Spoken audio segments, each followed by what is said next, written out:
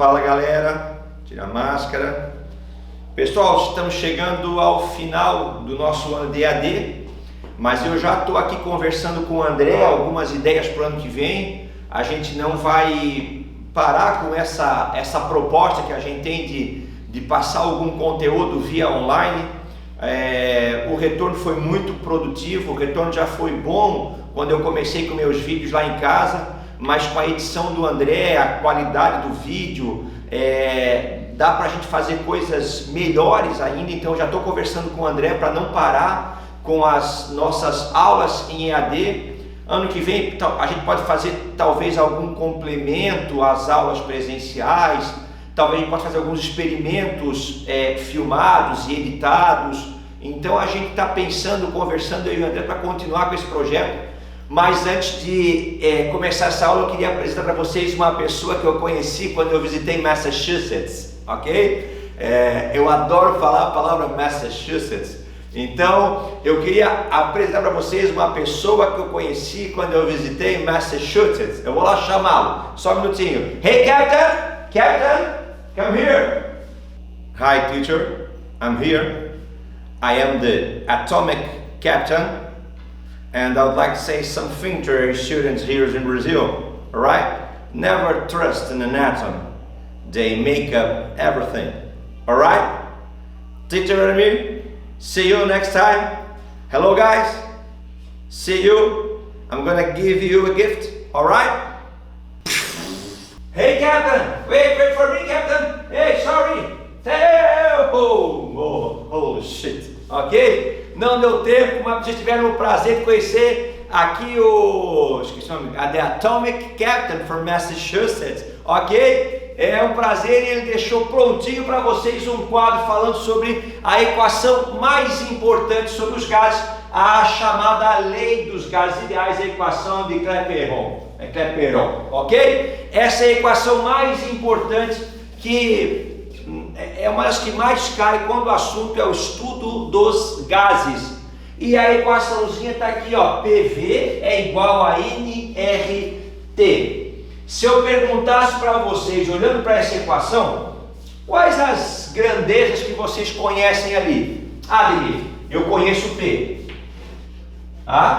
O P é a pressão que o gás exerce dentro do recipiente. E a gente viu que essa pressão, ela não é medida em Pascal, como seria a unidade do Sistema Internacional. A gente mede muito ela ou em ATM, atmosfera padrão, ou mede em torr, que é milímetro de mercúrio. Tranquilo? Tá, pressão é a força que as moléculas do gás exercem sobre a parede do cilindro. A pressão é força por área. Tá, tranquilo, tô lembrando, tá? O V, Admiro, o V eu que conheço. O V nada mais é do que o volume, é o espaço ocupado pelo corpo. No caso dos gases, eu tenho um cilindro aqui de 50 litros. O volume é o espaço que eu estou disponibilizando para a minha amostra gasosa. Espera um minutinho aqui, olha lá. Isso aqui eu utilizei no terceirão, para modelos de orbitais do tipo P, PX, PY e PZ. Percebe que são balões aqui, né? Então eu tenho um volume de ar aqui dentro. O volume que tem aqui dentro é o volume que eu disponibilizei por esse balão. Então se o balão tiver 600 ml, eu tenho 600 ml de gás aqui dentro. Se o balão tiver 2 litros, eu tenho 2 litros de gás aqui dentro. Tranquilo? No sistema internacional, o volume deveria ser medido em metro cúbico. Mas a gente viu que 1 metro cúbico são 1000 litros. Não tem isso em laboratório, não é um experimento laboratorial. A gente vai usar para o volume, a gente vai medi-lo em litros. N, vocês devem estar acostumados, é o número de mols. E como é que eu acho esse número de mols? Eu pego a massa que foi dada no exercício e divido pela massa do mol, que é aquela massa que eu encontro consultando a tabela periódica. E finalmente o R, Ademir, o R eu não sei o que é. O R é a constante geral dos gases. O R é a constante, mas tem dois números, Ademir. Deixa para daqui a pouquinho. O T é a temperatura, que tem que ser na escala absoluta, ou seja, tem que ser em Kelvin. Como é que eu faço para saber a temperatura em Kelvin? Eu pego a temperatura em graus Celsius e somo mais 273. Ficou faltando então essa constante geral dos gases. Vocês vão poder resolver usando o número de cima ou o número de baixo. Quando é que eu uso um, quando é que eu uso o outro? Percebe que a unidade dela é autoexplicativa.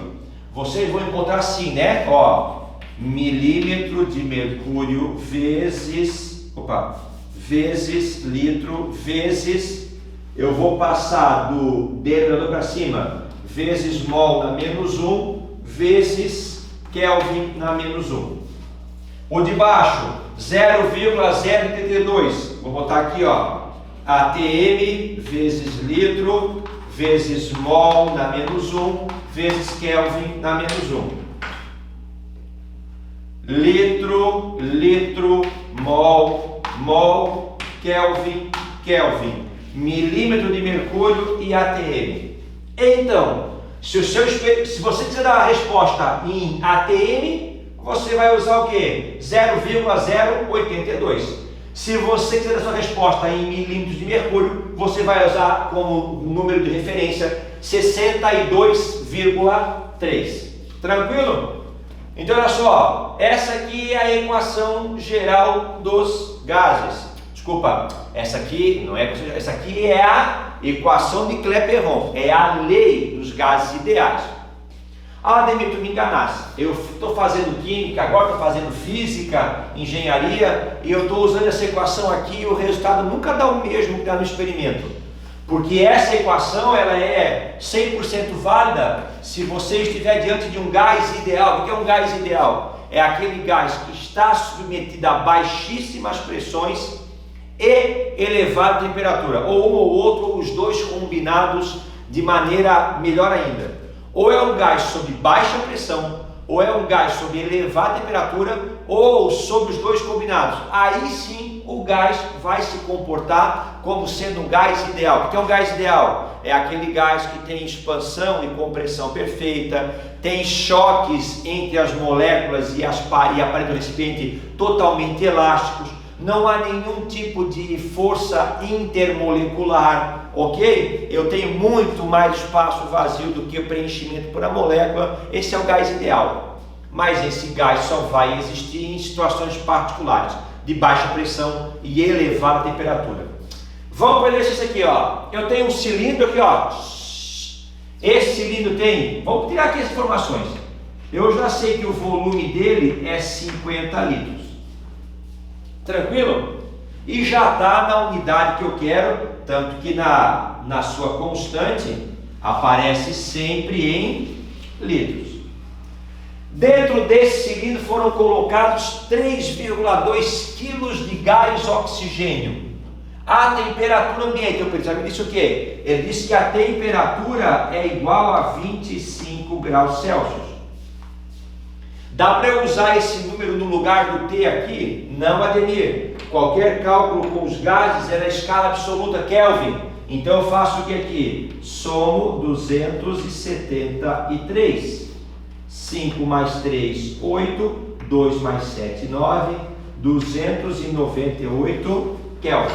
Deixa eu copiar aqui a equaçãozinha. Ó, a equação de Clapeyron. PV é igual a N RT. Já temos o volume que vale quanto? 50. Já temos a temperatura que vale quanto? 298. Ele quer saber qual é a pressão. É a incógnita dele. A constante. Vamos calcular essa pressão aqui, ó. Eu quero que vocês me deem a resposta em ATM. Então, se a minha pressão vai ser calculada em ATM, eu vou usar como constante 0,082. 0,082. Para finalizar, falta achar o N. O N é o número de mols, é a massa que foi dada no exercício dividida pela massa molar do oxigênio. Consulta a tabela periódica, já sabe de cabeça, são fera. Oxigênio tem massa 16, 2 vezes 16, 32 gramas para cada mol. Então, esse número de mols vai ser o quê? Aqui embaixo 32, aqui em cima a massa, problema, 3,2 quilos. Se aqui é grama, porque a massa molar, aqui tem que ser grama também, né? 3,2 quilos são 3.200 gramas. 3,2 quilos, cada quilo são 1.000 gramas. Eu tenho 3.200 o que então? Gramas. Dividido 32 por 32 vai dar 1. Ele é igual a... Então eu vou colocar aqui dentro desse cilindro 100 mols de oxigênio, que são 3,2 quilos, ou seja, 3.200 quilos. E gramas, desculpa. Então eu vou colocar aqui o que agora? 100. PV é igual a nRT. P, quero saber. V é o volume do cilindro, 50 litros. N é o número de mols. Eu peguei os 3.200 e dividi por 32, que é a massa molar, deu 100. Já que eu quero a pressão em ATM, minha constante foi 0,082. Se eu usasse aqui 62,3, a minha resposta seria em milímetros de mercúrio. Temperatura, era no exercício temperatura ambiente, 25 graus Celsius. Mas para os cálculos envolvendo gases, eu tenho que usar a escala absoluta Kelvin. Então, deu 25 mais 273, deu 298. Eu faço o que aqui? Eu já vou simplificar esse 50 com esse 100, que vai dar 2. A pressão é igual, entendeu? O 50 vai passar dividido por 2. Vamos fazer aqui o cálculo para não errar. Ligando, eu vou ter 2 vezes 0,082 vezes 298 igual P igual a 48,872 ATM. Uma puta de uma pressão dentro, né? Ó, a pressão é igual a 48,872 ATMs.